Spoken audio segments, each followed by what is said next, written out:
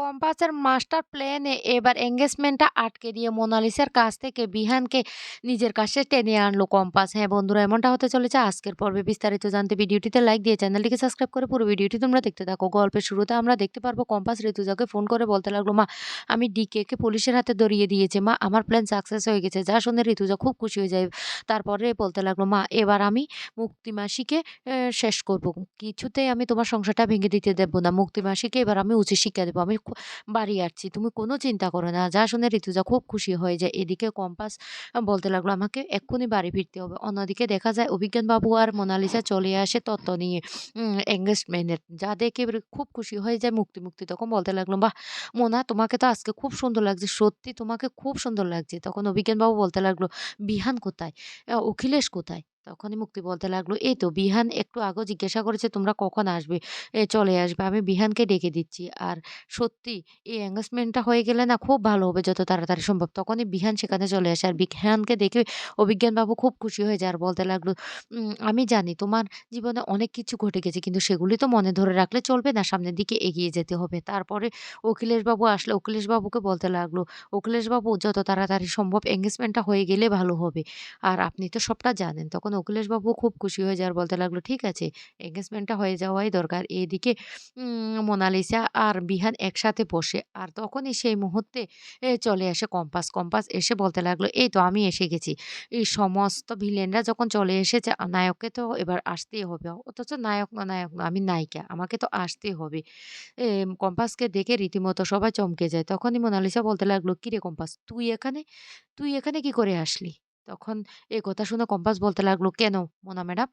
তোমার দাদু কি তোমাকে কিছুই বলেনি? কালকে রাত্রে ডিকের সাথে কি হয়েছে কিছুই বলেনি? মোনালিসা তখন রীতিমতো চমকে যায় আর বলতে লাগলো, ও কি? তখন কম্পাস বলতে লাগলো, বাহ! বিহান স্যার আপনি তো মোনা ম্যাডামকে বিয়ে করবেন সেজন্য দুজন পাশাপাশি বসে গেছেন। এত তাড়াতাড়ি আয়োজন শুরু করে দিয়েছেন। কিন্তু আপনার সাথে তো আমার ডিভোর্সটা হয়ে যায়নি। তাহলে বিয়েটা আপনি কি করে করবেন? যতক্ষণ না আমার সাথে ডিভোর্সটা হয়। তখন মোনালিসা বলতে লাগলো, খবরদার কম্পাস। তোকে কে সাহস দিয়েছে এ বাড়িতে আসার জন্য? কম্পাস তখন বলতে লাগলো, কেন? আমার বাড়িতে আমি আসবো কে সাহস দেবে? কেন মোনা ম্যাডাম? তোমার দাদু কি তোমাকে কিছুই বলেনি কালকে? ডিকের সাথে কি হয়েছে? তাই রাত্রে বেলা কিছুই জানায়নি? মোনালিসা তখন অবাক হয়ে যায় আর বলতে লাগলো, "কি? কি বলবে?" তখনই বলতে লাগলো, "ডিকের খেলা শেষ করে দিয়েছি। কারণ ডিকে যে আমার রোবট তৈরি করে এই বাড়িতে পাঠিয়েছিল তার যথেষ্ট প্রমাণ আমি পেয়ে গেছি। আর সমস্ত প্রমাণ আমি এখানে নিয়েও এসেছি। তবে এই রোবটটাকে কে কাজে লাগিয়েছে সেটা এখনো আমি জানতে পারিনি।" এ কথা বলার সাথে তখন মুক্তি বলতে লাগলো, "সর্বনাশ! ডিকে ভাগ্যিস আমার নামটা বলেনি।" কম্পাস তখন বলতে লাগলো, "এ বাড়িতে কে বা কারা সমস্ত কিছু অধিকার করার জন্য উঠে পড়ে লেগেছে তাদেরকে আমি কিছুতেই ছাড়বো না। যে এবারে এত বড় শত্রুতামি করছে, এবার এটাকে ধ্বংস করার জন্য উঠে পড়ে লেগে গেছে সবাইকে আমি উচিত শিক্ষা দেব।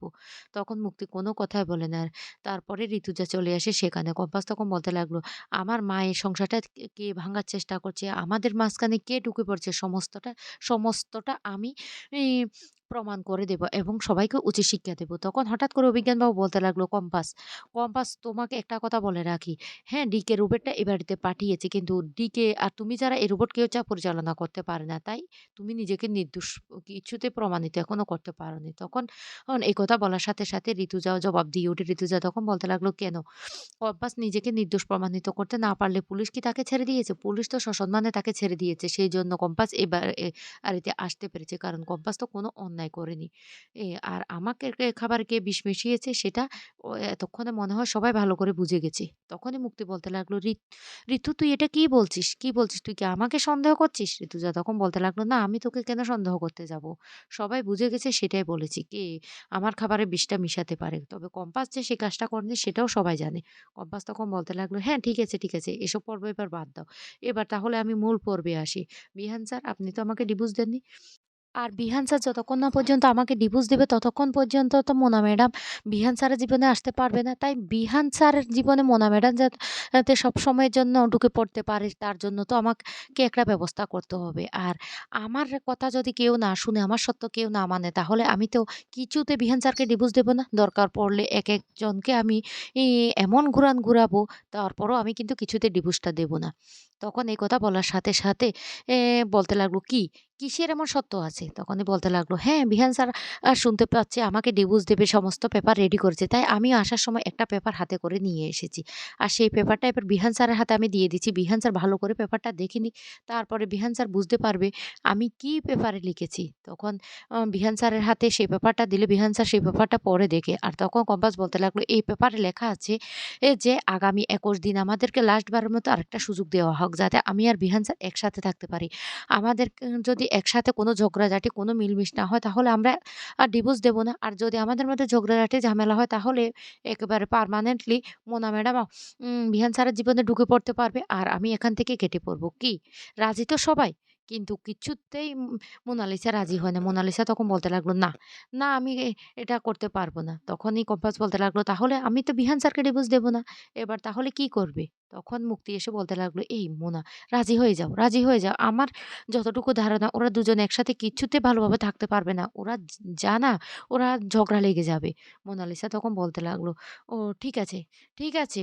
এদিকে খুব হাসতে থাকে। তখনই সেই কম্পাস বলতে লাগলো, "ঠিক আছে তাহলে আমরা আগামী ২১ দিন ভালোভাবে থাকতে পারি কিনা সেটা সবাই দেখে নিক। তবে এ বাড়িতে আরেকটা গেম হবে।" এ কথা বলার সাথে, সাথে তখন অভিজ্ঞানবাবু বলতে লাগলো, "আরেকটা গেম?" তখন বলতে লাগলো, "হ্যাঁ, হ্যাঁ, এ বাড়িতে যেহেতু আমি এসেছি গেম তো খেলতেই হবে। আর সেই গেমটা হলো মুক্তি মাসি আর ঋতুজা ম্যাডামের সাথে। ওদের দুজনের মধ্যে কে ভালো সংসারটা সামলাতে পারে সেটা নিয়ে একটা গেম হবে।"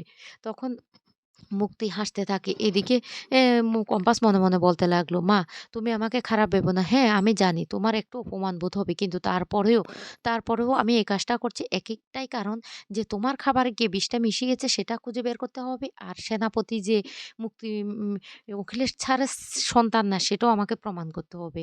এইভাবে মুক্তি মাসিকে আমি ব্যস্ত করে তারপরে সমস্তটা খুঁজে বের করব।" এদিকে মুক্তি বারবার মোনালিসাকে বোঝানোর চেষ্টা করে যে কিছুতেই কম্পাস জিততে পারবে না। কারণ কম্পাসের দ্বারা এই সংসার করা কিছুতেই হবে না। তারপরেও ২য় সত্যটাতে মুক্তি তখন হাসতে থাকে। আর এদিকে অখিলেশের ভাই কিঞ্জল বলতে লাগলো, "আমি বৌদির পক্ষে।" তখন মুক্তি হেসে বলতে লাগলো, "কিঞ্জল তুমি না গোহারা হেরে যাবে। আরে ঋতু কি কোনোদিন সংসার সামলেছে? কোনোদিন সংসার সামলাতে পারেনি। সংসার তো আমিই সামলেছি, তাই আমি জিতবো।" কম্পাস তখন বলতে লাগলো, "ঠিক আছে তাহলে এই চৌধুরী বাড়ি এবার গেম হাউস নামে পরিচিত হয়ে যাক। সবাই এই গেমটা চলুক। এই গেমটাতে যে জিতবে সে এ বাড়ির মালকিন হয়ে থাকতে পারবে।" তখন অখিলেশবাবু বলতে লাগলো, "এটা কি শুরু হচ্ছে? আমি তো কিছুই বুঝতে পারছি না।" মুক্তি তখন বলতে লাগলো, "কেন অখিলেশ? হতে দাও না, হতে দাও। দেখো আমি জিতবো। কারণ সবসময় তো আমি এই বাড়িটা সামলে এসেছি।" এদিকে কম্পাস মোনালিসার কাছে গিয়ে বলতে লাগলো, "শুনো মোনা ম্যাডাম একটা কথা বলি, বেশি বুদ্ধি খাটাতে যেও না। বুদ্ধি খাটালে না তোমার যে বুদ্ধি নেই সেটা তুমি বেশ ভালো করে জানো। তুমি ফেঁসে যাবে। আর এই মুক্তি মাসির পিছন, পিছন ঘুরলে না মুক্তি মাসি নিজে তো ডুববে, সাথে তোমাকেও নিয়ে ডুবাবে।" এই বলে কম্পাস ঋতুজাকে নিয়ে ঘরে চলে যায়। আর ঘরে গিয়ে ঋতুজার সাথে কথা বলতে থাকে আর খুব হাসতে থাকে। অন্যদিকে মোনালিসা কিছুতে সহ্য করতে পারে না কম্পাসের এই সত্য যে ২১ দিন ওরা একসাথে থাকবে। এদিকে বিহান তখন বলতে লাগলো, "শোনো মোনালিসা আ দেখা যাক না একসাথে থাকি। এই ২১ দিনেরও তো ব্যাপার। হয়তো আমাদের মিল হয়ে যেতে পারে, না হয় মিল হবে না।" এদিকে কম্পাস হাসতে থাকে আর বিহানকে বলতে লাগলো, "দেখো না এবার মোনা ম্যাডামের আমি কি অবস্থাটা করি। মোনা ম্যাডামকে তো হারাতে হলে আমাদেরকে এইটুকু কাজ করতেই হবে।" তো বন্ধুরা কেমন লাগলো কম্পাসের বুদ্ধি?